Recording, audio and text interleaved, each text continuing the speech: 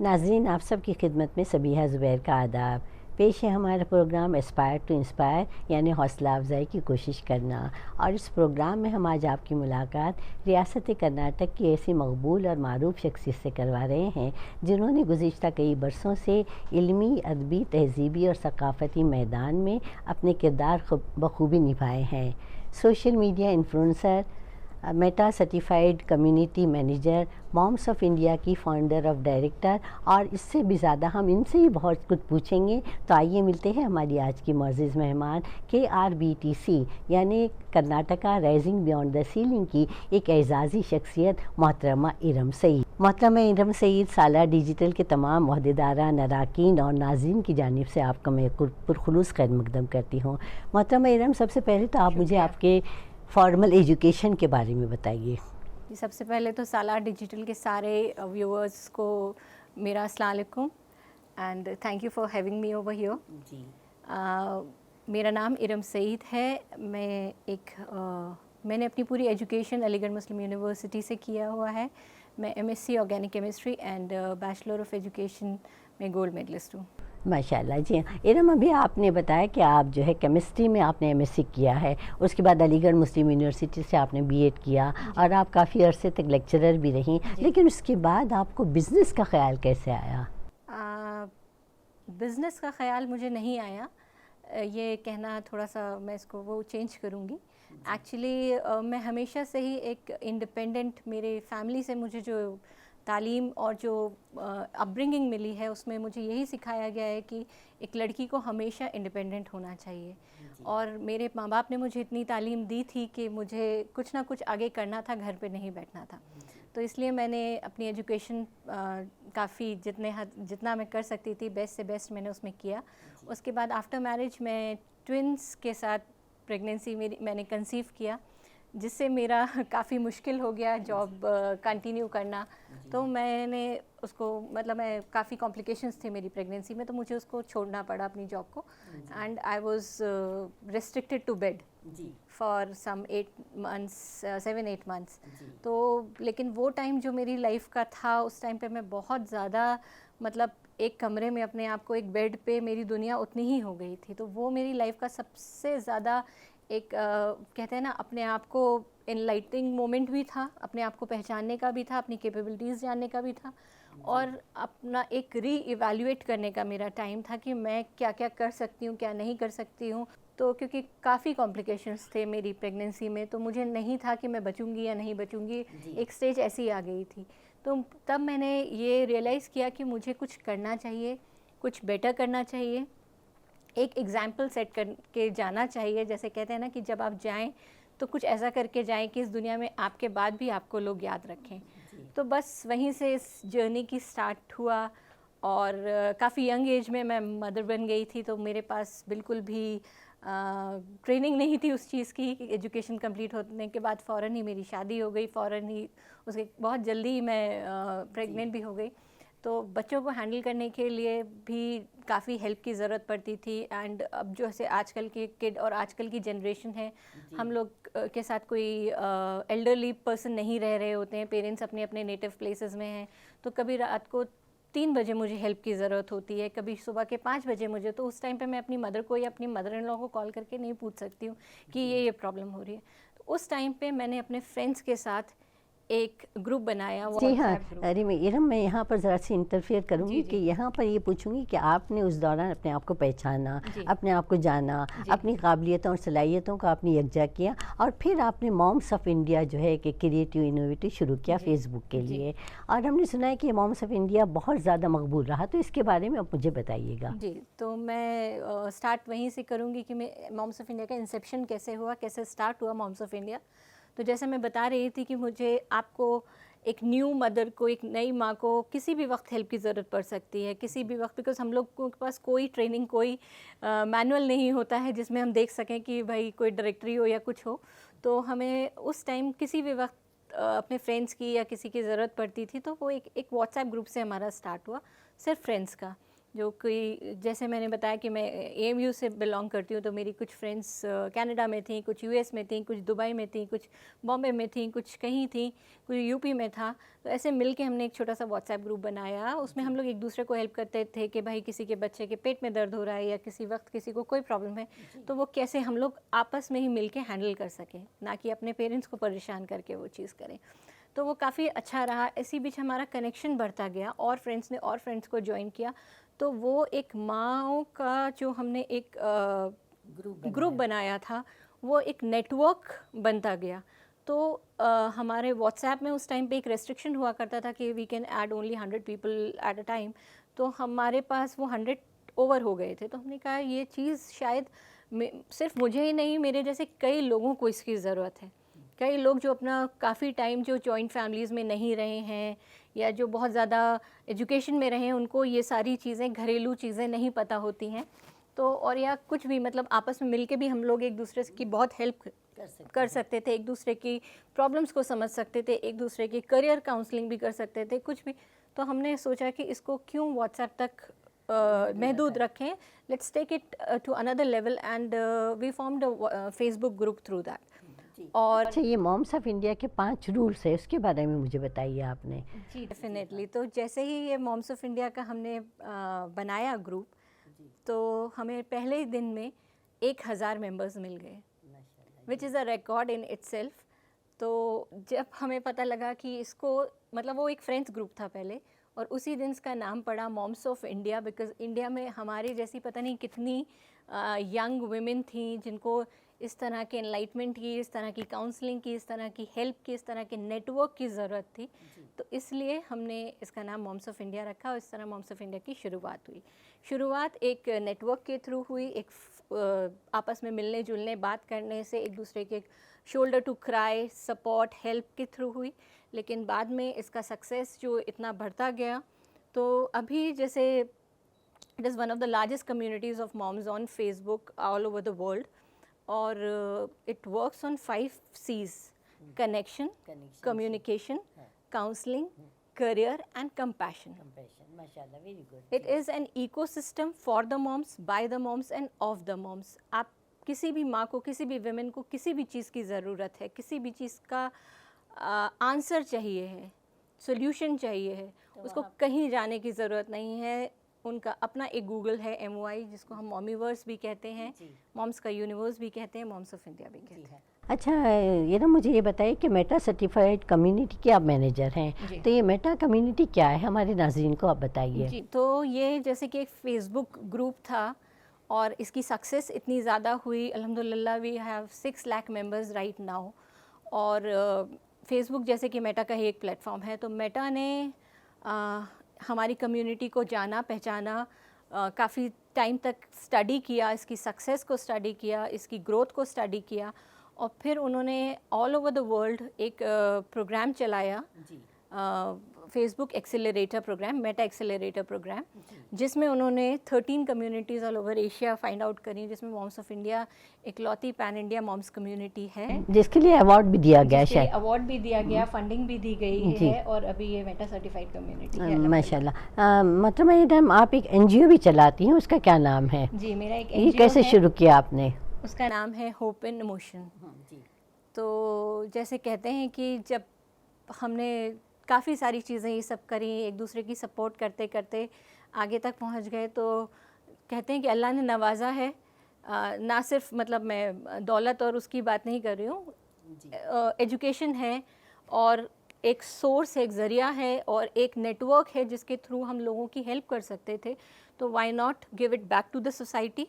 इस थॉट के साथ होप इन मोशन बना, जहाँ हेल्प नहीं पहुँच सकती है, रिमोट एरियाज़ में, वहाँ हमारी NGO जो है वो सपोर्ट करती है।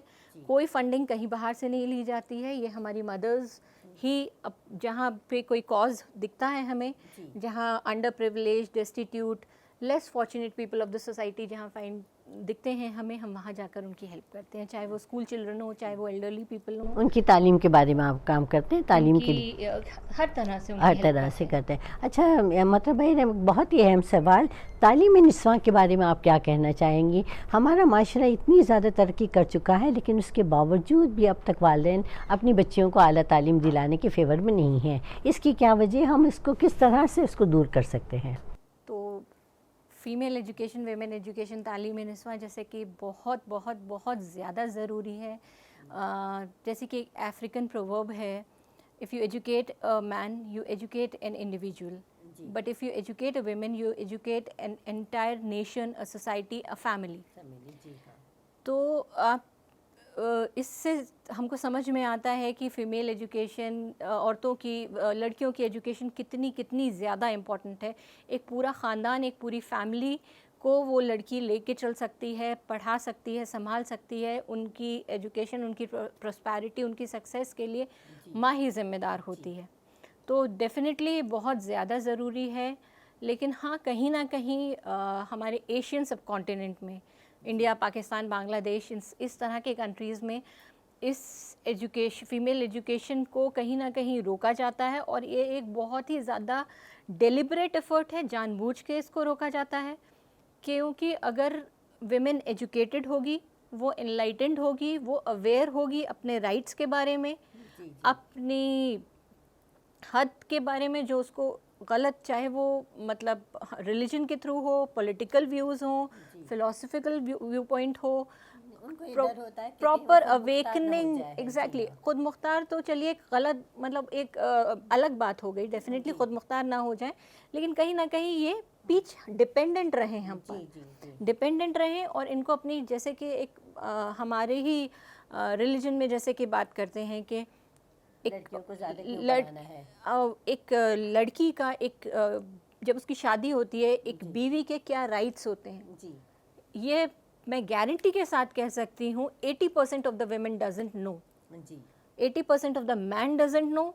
और मैन को शायद पता भी हो, मतलब ऑब्वियसली फैमिलीज अपने बेटों को भी नहीं बताती हैं, तो वो आगे जाके वो बात पहुंचती ही नहीं है। और अगर ये हमारी अवेकनिंग हो जाए, लड़कियों को पता हो जाए, लड़कों को पता हो जाए कि भाई बीवी के क्या राइट्स हैं, बेटियों के क्या राइट्स हैं, तो आधे से ज़्यादा झगड़े ही ख़त्म हो जाएं दुनिया से। ये जो फैमिली के पॉलिटिक्स होते हैं, घर के सास बहू, नंद एंड मियाँ बीवी के भी, तो बहुत सारी चीज़ें ऐसी हैं जो ख़त्म की जा सकती हैं अगर उनको। तो मतलब मेरे आप ये कहना चाहती हैं कि लड़कियों से ज़्यादा लड़कों को तालीम देने की ज़रूरत है, उनको बताया जाए कि बेटी की क्या अहमियत है, बीवी की क्या अहमियत है, बहन की क्या अहमियत है, हर मतलब एक लड़की की आपकी फैमिली में क्या अहमियत है, जी बताया जाए। किसी भी तरह से कहीं से भी आपके बेटे से कम नहीं है, ज़्यादा है। जी हाँ। अच्छा इरम, एक बात बताइए कि हाल ही में एक किताब जो है मंजर आम पर आई है, जिसको हम राइजिंग बियॉन्ड द सीलिंग कहते हैं, और जिसमें कर्नाटक की 100 मुस्लिम ख़वातीन की कामयाबियों के सफ़र की कहानी बयान की गई है।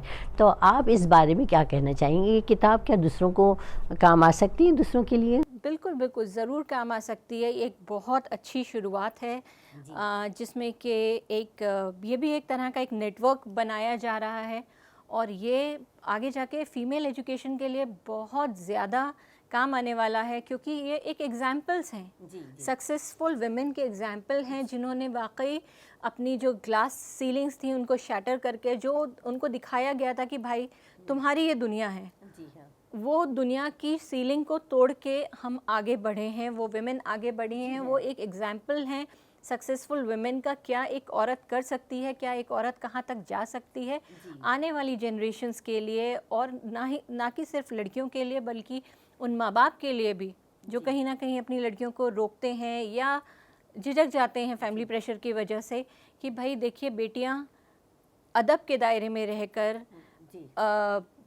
मतलब हर उसमें रह के एक सिंसियर सोबर तरीक़े से भी बहुत सक्सेसफुल हो सकती हैं और आपका नाम रोशन ज़रूर कर सकती हैं। बहुत बहुत शुक्रिया मोहतरमा इरम, मोहतरमा ज़ोया और डॉक्टर फ़रहा उस्मानी। अगर आप हमारी बात सुन रही हैं तो आप ये गौर कर लीजिएगा कि RBTC एक बहुत ही अच्छी किताब है जो पढ़ने वालों के बहुत काम आ सकती है। अच्छा इरम, ये बताइए कि कोविड के ज़माने में आप कॉज एम्बेसडर रही हैं। आपने जो है कोविड के ज़माने में जो है इस वायरस से खौफज़दा होकर लोग अपने घरों में बंद हो जाया करते थे, आपने एक बहुत अच्छा काम किया है फाइंड अ बेड मिशन के तौर पर। इसके बारे में आप हमें बताइए। जी, तो जैसे कि आज का जो किंग है that is content and network. तो दोनों ही मेरे पास अल्हम्दुलिल्लाह दोनों ही मेरे पास थे, और उसी नेटवर्क का यूज़ करके जितना ज़्यादा हम कर सके ऑनलाइन बैठ के दुनिया, मतलब किसी भी इंडिया के किसी भी कोने में, किसी भी जगह पर, छोटी बड़ी जगह पर जहाँ बेड अवेलेबल नहीं था, इंजेक्शंस अवेलेबल नहीं थे, वैक्सीन अवेलेबल नहीं थी, डॉक्टर्स नहीं मिल पा रहे थे, वहाँ हमारे नेटवर्क के थ्रू, हमारे वॉलंटियर्स के थ्रू ये सारा मिशन जो था वो करा गया। सोशल मीडिया जी बहुत कामयाब हुआ अल्हम्दुलिल्लाह। ऐसी जगहों पर जहाँ पर वैक्सीन मौजूद नहीं थी, वहाँ पर जहाँ ब्लैक में मिल रही थी या कहाँ से भी कैसे भी करके उनको मिलवाया गया। वैक्सीन के लिए हमने वैक्सीनेशन कैंप्स लगवाए काफ़ी सारे होप इन मोशन के थ्रू, जहाँ पर फ्री वैक्सीनेशन रखा गया मेड्स के लिए, ड्राइवर्स के लिए, आपके सपोर्ट स्टाफ के लिए, और काफ़ी कामयाब रहा। अगेन सब कुछ नेटवर्क की वजह से हुआ, क्योंकि अकेले मेरे बस में कुछ भी नहीं था करना। ये सब मेरा पूरा नेटवर्क मॉम्स ऑफ इंडिया के लोग और जो लोग हमें सपोर्ट करते हैं, डॉक्टर्स, फिलोसफर्स, एवरीबडी, आप जैसे लोग, सोसाइटी के जो भी इन्फ्लुएंशियल पावरफुल लोग थे, उन्होंने हेल्प किया। और कहीं ना कहीं we were just the medium to connect these people to the जिसको ज़रूरत थी, ज़रूरतमंद, और जिसके पास वो चीज़ मौजूद थी, उनका कनेक्शन हम बने और हमने ये काम किया। मतलब मेरे बहुत ही अहम सवाल जो मैं आपसे पूछना चाहती हूँ ये है कि आप सोशल मीडिया के इन्फ्लुएंसर हैं, तो जब आप सोशल मीडिया इन्फ्लुएंसर बनी तो सबसे पहला अप्रोच आपका क्या रहा? सोशल मीडिया इन्फ्लुएंसर बनने के बाद डेफिनेटली अप्रोच यही रहा कि मदर्स को और उनकी फैमिली को सपोर्ट किया जाए, कैसे उनको एजुकेट किया जाए, एक मैसेज पहुंचाना था, इन्फ्लुएंस करना था कि जब आप माँ बनते हैं तो जैसे कि होता है अभी तक, मतलब हमारी फैमिलीज़ में होता आया है, जो भी हमारी मम्मी की जनरेशन में और हर जगह हमने देखा है कि जब एक औरत माँ बनती है तो everything else takes a back seat और आपकी प्रायोरिटीज़ चेंज हो जाती हैं। तो वही मेरा एक लोगों को इन्फ्लुएंस करने का वो था कि नहीं, आपकी दुनिया यहाँ ख़त्म नहीं होती है। डेफिनेटली आपका बच्चा आपकी प्रायोरिटी होता है, लेकिन आप खुद भी अपनी आप को अपनी प्रायोरिटी रखिए। आपको ये ज़रूरत नहीं है कि आप अपने आप को भूल जाएं, आप अपने बच्चे को और अपने आप को अपनी प्रायोरिटी रख के भी आगे बढ़ सकते हैं। मैं उसका जीता जागता एग्जाम्पल हूँ। I am a twin mother, I am doing well अल्हम्दुलिल्लाह, and along with my 2 kids. और मैं घर, फैमिली और बिज़नेस सब कुछ संभाल रही हूँ, एक बहुत बड़ा नेटवर्क संभाल रही हूँ, और सब पॉसिबल है। आपका जो टैलेंट है वो एक गोल रोटी बनाने तक लिमिट नहीं है। मैं भी बहुत गोल रोटियां बनाती हूँ, बहुत अच्छी रोटी बनाती हूँ, लेकिन उसके अलावा जो मेरी एजुकेशन है, जो मेरे माँ बाप ने मुझे पढ़ाया है, उसको मुझे आगे बढ़ाना है, आगे लेके जाना है, और कुछ ना कुछ ऐसा करना है जिससे कि सोसाइटी को हम कुछ अच्छा दे पाएँ। और डेफिनेटली उससे आपकी क्रिएटिव थिंकिंग बढ़ती है, आपके आगे की अपॉर्चुनिटीज़ आप पहचान सकते हैं, आपकी स्किल बढ़ती है। तो ये सब ले जाके वापस तालीम निस्वां पे आ जाता है, फीमेल एजुकेशन पे आ जाता है, which is very very important. मतलब मैडम एक आखिरी सवाल, आप हमारे नाज़रीन को क्या पैगाम देना चाहेंगी? बस मैं यही पैगाम देना चाहती हूँ, अपनी बेटियों को पढ़ाइए, अपने बेटों को एजुकेट कीजिए बेटियों के बारे में कि आपकी बहन, आपकी बेटी, आपकी बीवी आपके बराबर की शरीक है, किसी चीज़ में आपसे कम नहीं है। इस दुनिया को एक बेटर प्लेस बनाइए, एक दूसरे के लिए पीस में वो रखिए, और डेफिनेटली कोएग्जिस्ट करिए एक दूसरे के साथ। और इस दुनिया से जब जाइए तो बहुत खूबसूरत यादें दूसरों के लिए छोड़ के जाइए, प्यार बांटिए और खुश रहिए।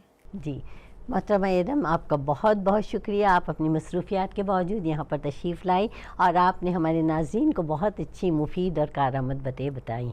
नाज़रीन, आपने देखा, आपने सुना, ये थी हमारी आज की मुअज़्ज़िज़ मेहमान मोहतरमा इरम सईद के RBTC Karnataka rising beyond the ceiling की एक एजाज़ी शख्सियत और सोशल मीडिया की एक मशहूर शख्सियत मोहतरमा इरम सईद।